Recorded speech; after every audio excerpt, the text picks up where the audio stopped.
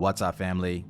Welcome back to the Stop Sinking Show, where we go from struggle to flow.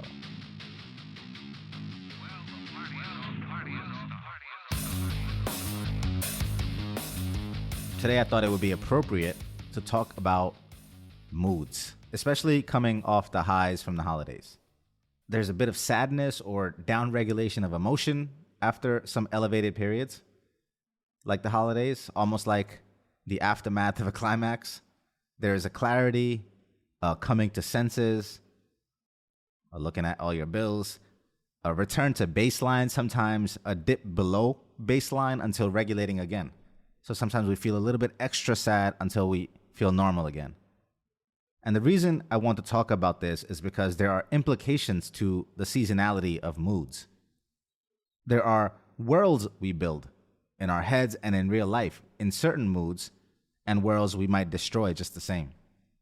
And mainly, there needs to be some evening out, some leveling of moods across time, so you don't progress and then regress and end up standing still for long periods of time. They say it takes a lifetime to build a reputation and a moment to destroy it.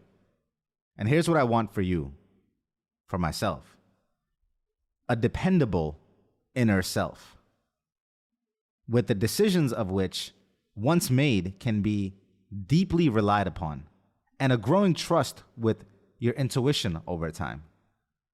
Also, you can have within you the possibility, the ability to call upon your own capacity, your own potential, and bring it forth, and to command it at will.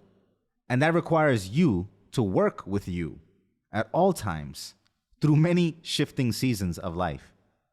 One offbeat season, and you lose the inner resolve, the reputation with self. It at least takes a hit.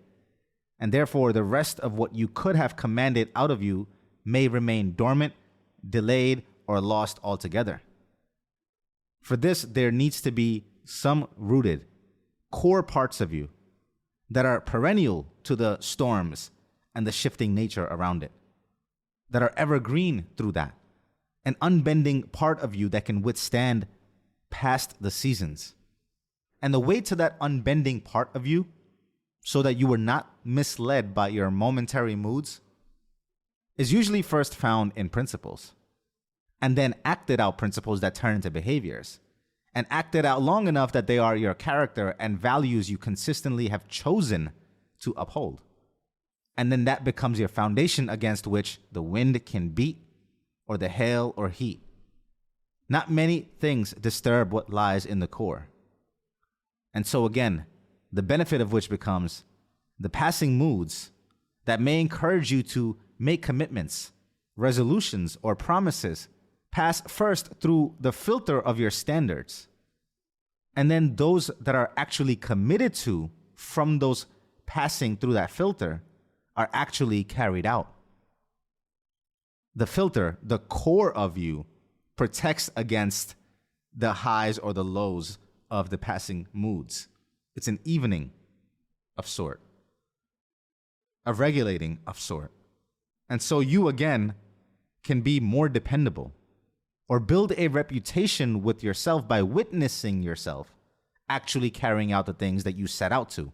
Because what passes through the filter is something that will be carried out. I probably talked about this topic from 17 different angles, from the power of thoughts to feelings to emotions.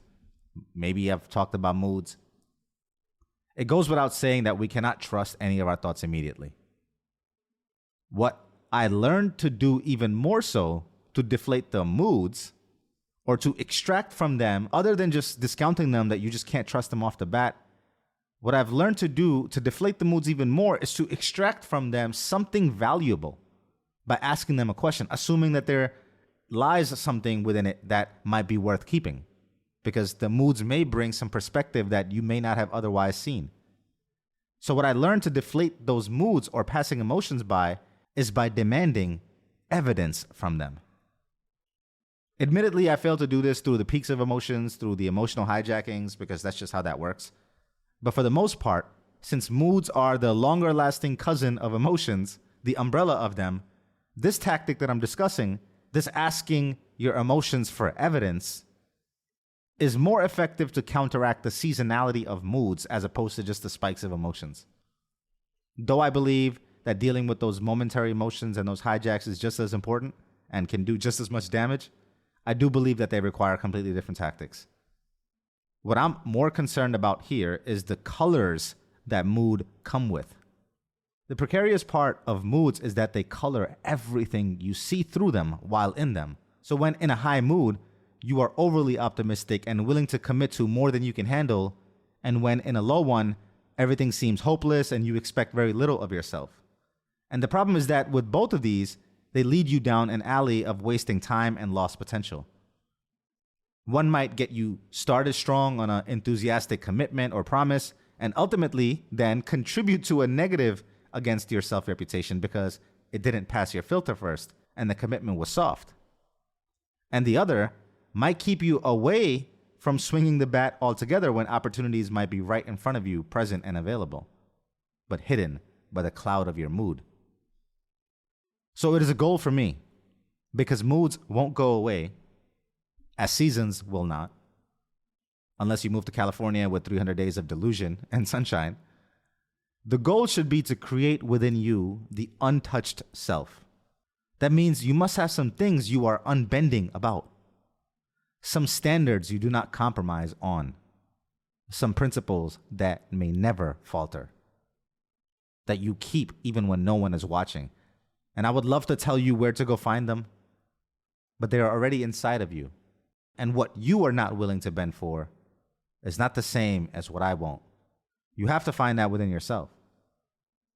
But if you have any chance against the shifts of the wind on the way to where you want to get to, you better start digging. I love you, family. I'll see you in the next show.